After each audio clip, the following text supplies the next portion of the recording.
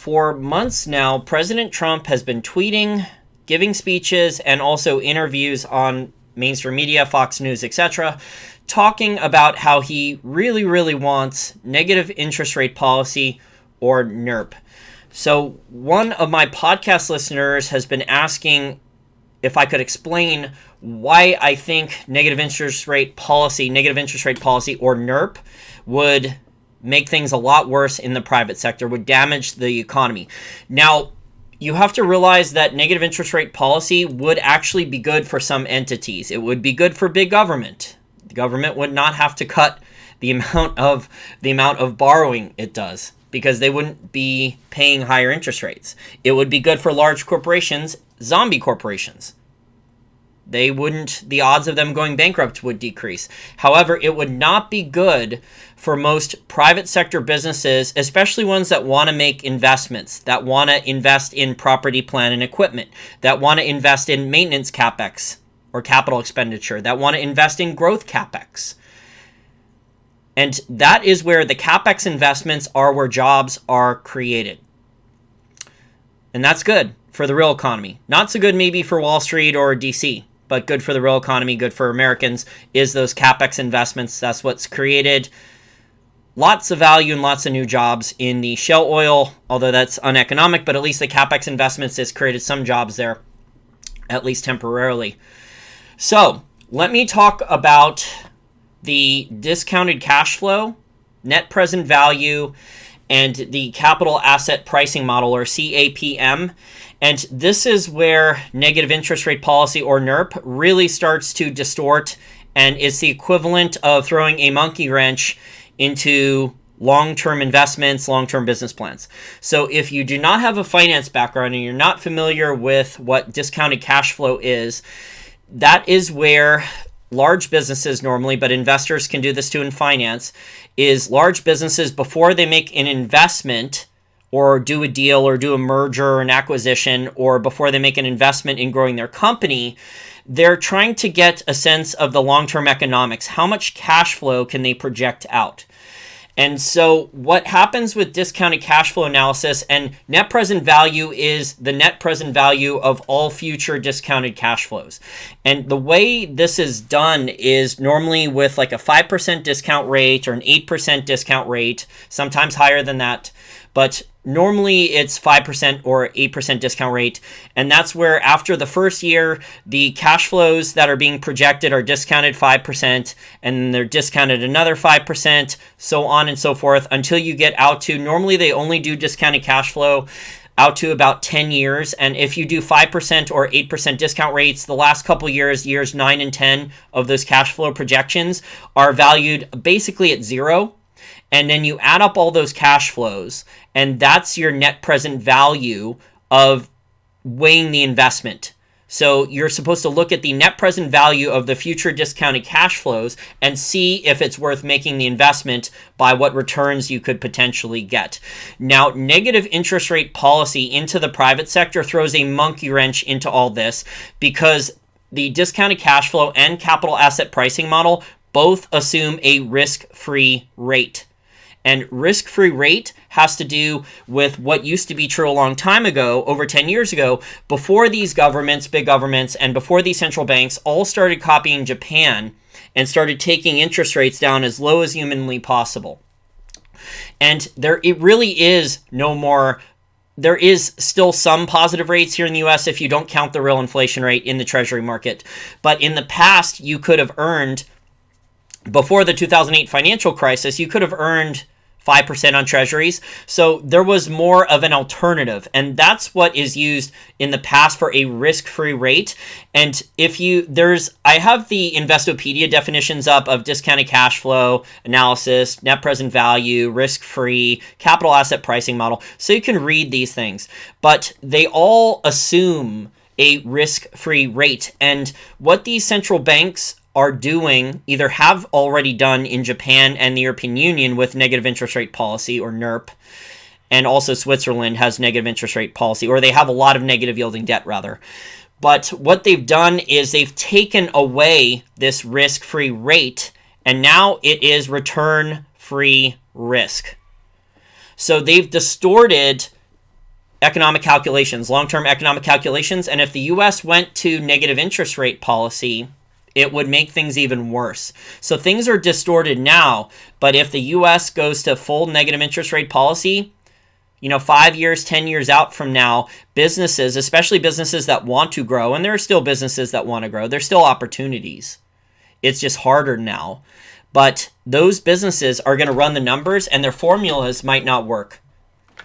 And you're seeing this already. Danielle DiMartino Booth has talked about this. You're seeing these formulas breaking down of investment in the European Union with their negative interest rate policy. So the lack of investment in the European Union is because the European Central Bank has distorted things so much with negative interest rates that a lot of businesses cannot do economic calculation. And let me take this back to Austrian School of Economics, because if you read the Investopedia articles for risk-free rate, discounted cash flows, net present value, capital asset pricing model, a lot of this they talk in the articles about the time value of money. And time value of money is something that the Austrian School of Economics talks about the most. Okay, F.A. Hayek won a Nobel Prize for furthering Ludwig von Mises's work. Ludwig von Mises should have got the Nobel Prize, but Hayek got it instead because Hayek was a little bit more mainstream. Now, Hayek was not a full Austrian on many things, but on the Hayek's triangle and time value of money, he did, build on Mises's work.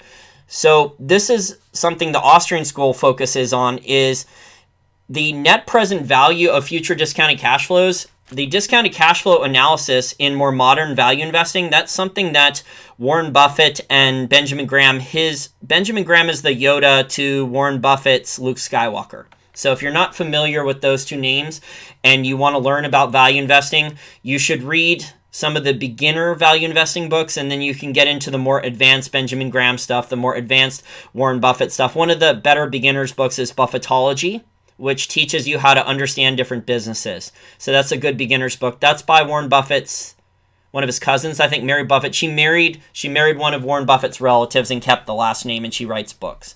So that's a very good book. But the Austrian School of Economics actually was talking about the time value of money, and Buffett's discounted cash flow analysis is, and I learned this from a great book, one of my favorite books I've read in the last few years, by the Tao of Capital, Austrian Investing in a Distorted World, by Mark Spitznagel. If you're not, Ron Paul wrote the foreword in the book. It's available on Audible audiobook. It's an absolutely great book if you want to learn about investing in the Austrian School of Economics, also the history of libertarian philosophy and how it originated in China with the Tao, with Lao Tzu. So libertarian philosophy is actually based on Chinese philosophies of the Tao or Taoism. Pretty cool stuff.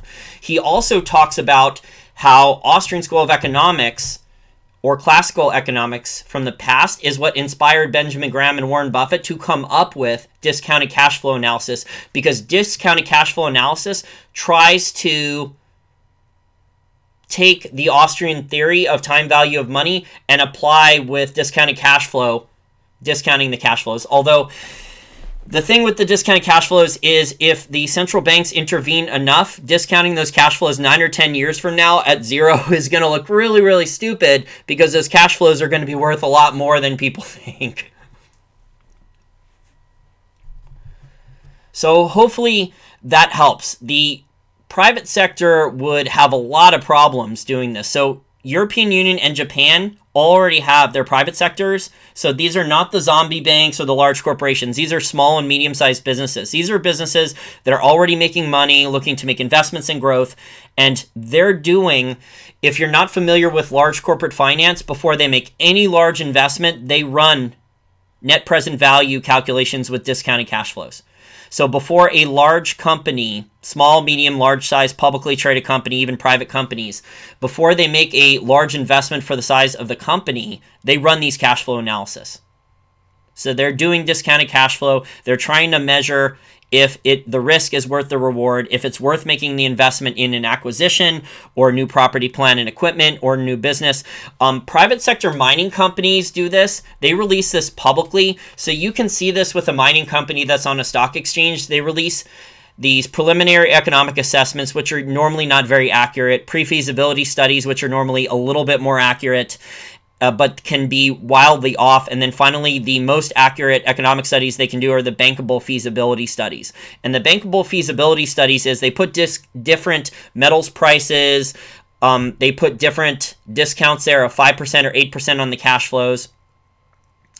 And then they figure out if it's worth building the mine, if they're going to get the return, and different metals prices assumptions, and the CAPEX.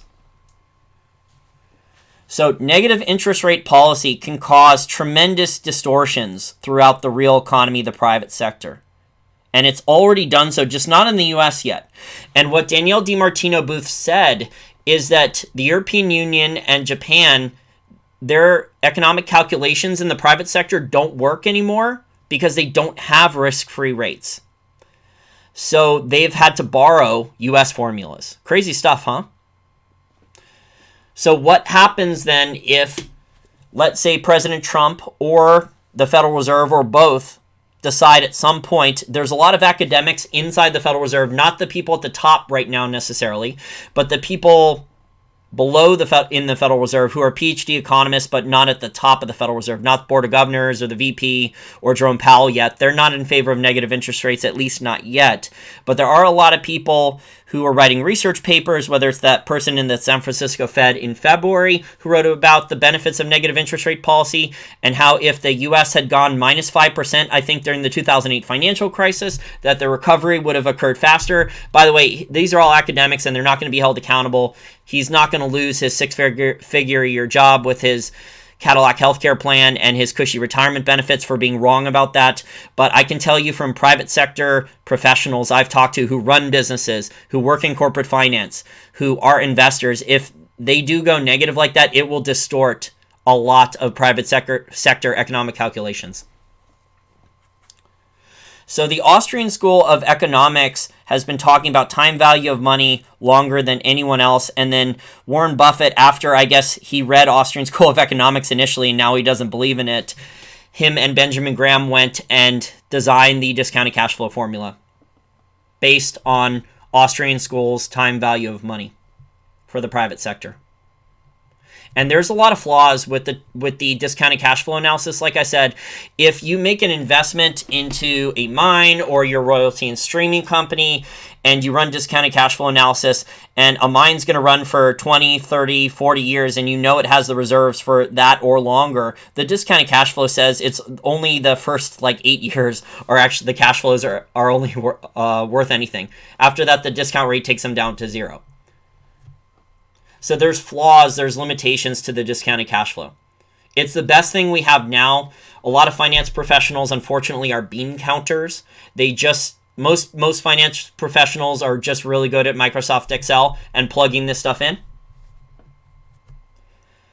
How will NIRP affect housing prices going forward? Well, they would probably make it easier for people to get mortgages, unless the standards to get refinancing would be tougher. So what I'm hearing now is that it's tougher to get your refinancing approved. It's a lot tougher now. So a lot of people might not get the benefits of getting negative interest rates on their mortgage. It really depends. So a lot of people might not have access to that negative interest rates then. It might only be like the people at the top.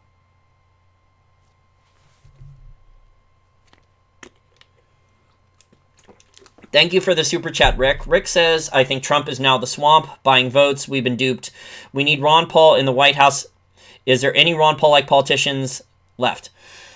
Okay, so there are some. There's Justin Amash, congressman out of Michigan. There is Representative Thomas Massie, congressman out of Kentucky.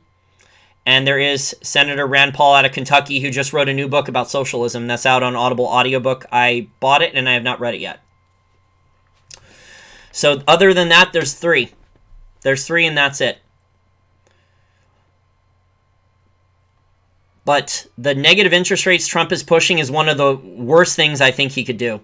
And I don't think he understands this because he only sees the negative interest rates from the perspective of the federal government borrowing. I don't think he sees it from the perspective of a private sector business owner doing economic calculations and doing net present value future discounted cash flows. It will distort the system. No, I'm not definitely not running for president. No, thank you. No, thank you. I do not want to run for president. I do not want to be involved in the political process. I appreciate the kind words, Rick, but I do not want to run for president. No, thank you. Mark Lucas asks, good question. Why would a lender be incentivized to lend at negative rates? They really wouldn't. So they'd only be getting capital gains on the loan. They would not be getting interest payments, which is normally what a lender wants. So what would probably happen, Mark, is the government or the central bank, maybe both, would force the banks to lend, which is not free market at all, not capitalism at all, not any tiny little sliver of capitalism at all. If the government and the central banks are going to force the banks to lend, which is the same, to lend at negative interest rates, which is the same kind of coercion that Democrats, even some Republicans did this, but mostly Democrats, Bill Clinton in the White House and Democrat Congress, forced banks to lend to more and more to subprime borrowers from the 6 or 7 years leading up to the 2008 financial crisis. The banks knew that the subprime borrowers couldn't pay, and they were forced to look this up through the Community Reinvestment Act. The Community Reinvestment Act started going haywire.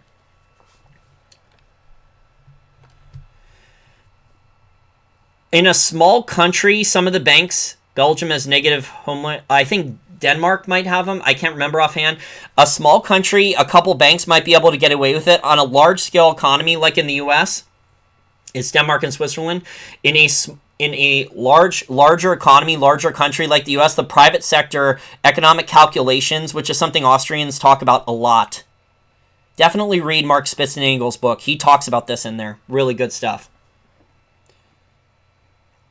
Talking about how Austrians came up with time value of money, and then Warren Buffett and Benjamin Graham read Austrian School of Economics and then came up with discounted cash flow analysis. There's other really good stuff in the book if you like finance and economics and libertarian philosophy. He was a very successful hedge fund manager. He worked with Nicholas Nassim Taleb.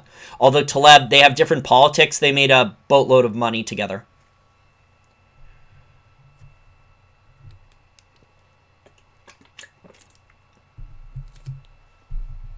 Spitznagel, though, uses options trading for hedging. So he uses options trading to make enormous profits. But he knows fundamental and technical analysis. So he does his research, fundamental research, and then he does his technical analysis, and then he uses options trading for leverage and hedged positions. Didn't a couple small banks fail today? I didn't see. Are you talking about Chinese banks or someone else?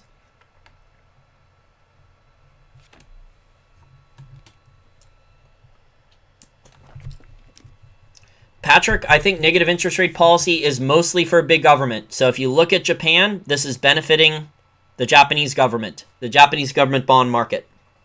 That's who it's benefiting. It's also benefiting the zombie banks in Japan. Although now it's no longer benefiting the zombie banks in Japan. If you listen to that interview with the Real Vision television expert I was talking about last week, that was from August. How the Japanese banks, especially the smaller and medium-sized regional Japanese banks, have hit a wall. Their cost of capital now is too high, even with negative interest rates.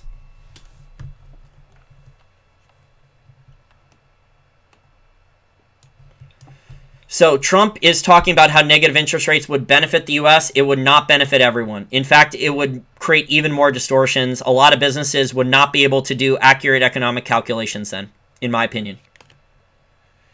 And we know this because of the distortions that negative interest rate policy is already causing in Japan, massive ones, and the distortions that negative interest rate policy is causing in the European Union.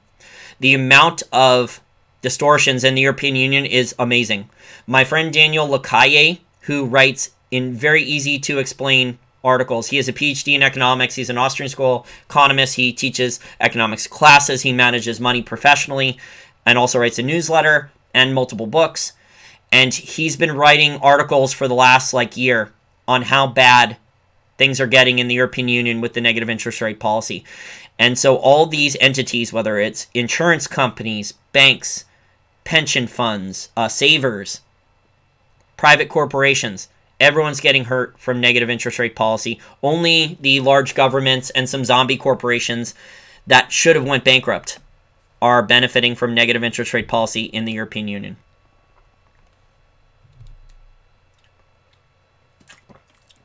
And meanwhile, some of these academics at the European Central Bank are saying how good the negative interest rates are. They just ignore reality or find the right equation or formula, garbage in, garbage out, to change things, to make it look like negative interest rates are helping. I've heard the reality is the exact opposite.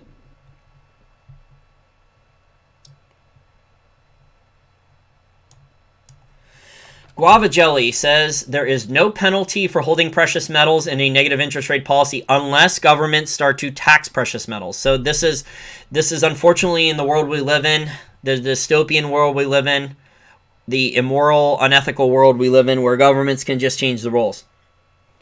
Yes, there should be no penalty for holding precious metals. However, governments realize that people could be trying to get out of the system, don't want to be charged negative interest rates in their bank account. Speaking of banks, the negative interest rate policy in the European Union was supposed to help the banks, and it has not.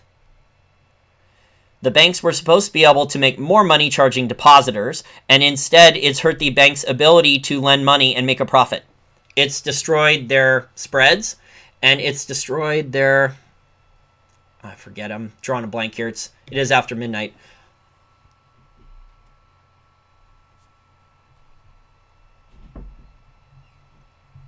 It's destroyed the bank's profitability. It's spreads and profitability and the other ways.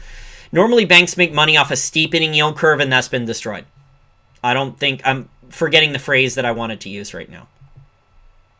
So yes, holding precious metals don't get charged negative interest rates. So on a relative basis, precious metals, saving in them, in my opinion, would be good because you wouldn't be charged negative interest rates. But that might not stop governments from cheating, changing the rules, and trying to put a tax.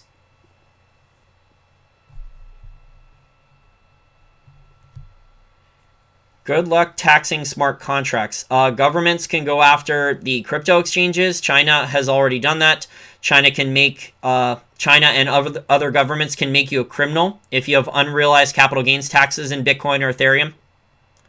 There's ways governments can screw you over even if you have crypto. It's very clear now that China does not like Bitcoin and other cryptocurrencies. Now, China loves blockchain because they want to launch the crypto yuan soon, but they do not like Bitcoin and the cryptocurrencies.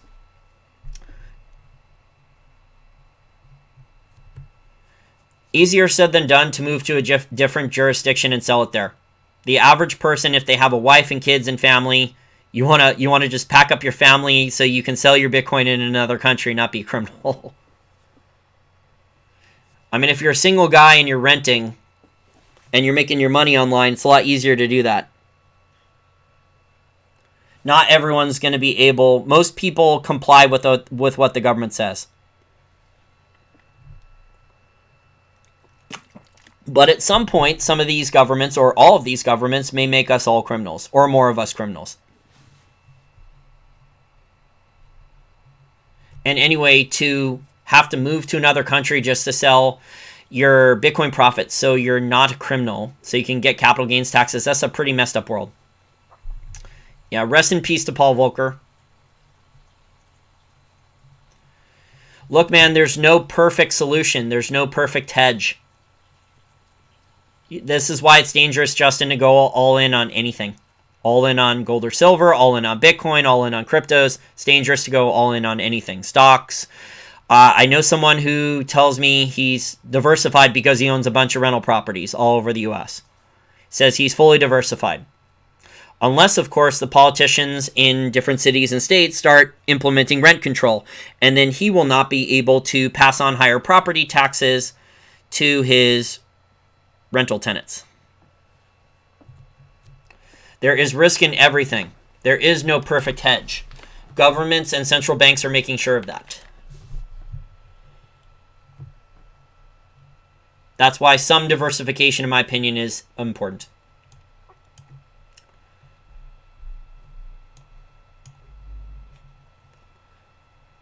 Yeah, so Trump has been giving speeches about and mentioning negative interest rates in interviews. He did talk, he recently he called the Fed officials boneheads and asserted that the economy and stock market would be performing better if interest rates were lower or even negative, as in Europe and Japan. And his private meeting with Jerome Powell last month, he did discuss negative interest rates, as you can see on your screen. So I don't think we're going to get it anytime soon, but there are people, lower level PhD economists at the Fed, who are mostly Bernie bros, by the way, and hate capitalism, who do want negative interest rate policy, and they will not be held accountable for any of their bad policy advice, for any of their screw-ups, for any of their shortcomings. They will not be held accountable for anything. The best we can, Justin, is you have to pay attention to all the rules changes. That's the best you can do.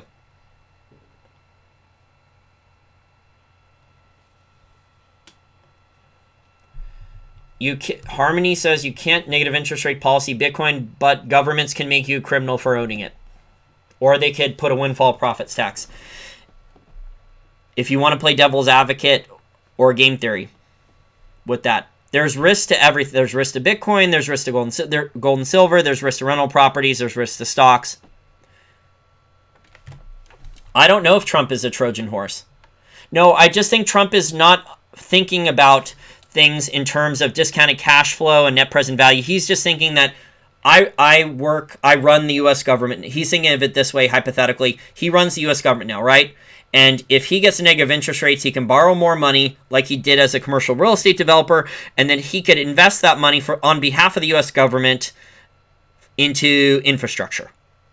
And he's thinking of things that way. He's not thinking of the unintended consequences, the side effects, like what we've seen in the European Union with negative interest rate policy and in Japan with the negative interest rate policy, to the private sector, to small and medium-sized private businesses, to investors who are trying to do economic calculation, and how negative interest rate policy, while it will benefit big government, it will distort everything else. RR says it's a brave new world, Orwellian nightmare. Yep. Orwell would even be shocked at the surveillance technologies that China is employing, that the big technology companies here in the US are employing. Orwell would even be shocked.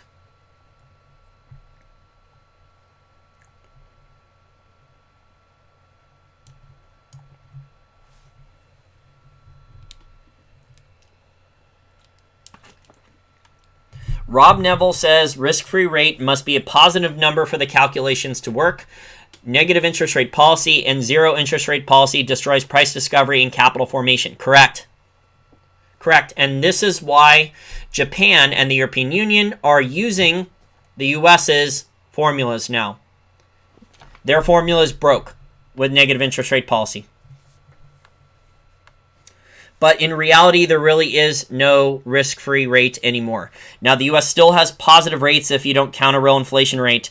But if you believe what the Fed is talking about with capping rates and some of the other crazy Fed people at the lower levels, that the stuff they're discussing in the research papers, then in a couple years from now, we might actually have negative interest rate policy. So hopefully I did a halfway decent summary on the damage that negative interest rate policy can cause. It would really, really hurt private sector businesses' ability, whether you're a large publicly traded corporation, a small and medium-sized business. Before you make a large investment, normally what businesses do is they try to project cash flows. And if you don't have a risk-free rate to discount off of to help you with time value of money calculations, it's going to be very tough to do economic calculations on whether or not you should make an investment, or whether or not you should do a business deal, or whether or not you should do a merger or an acquisition. So I hope, Briggs says you see a red rectangle. I put that around the negative interest tweet that Trump put.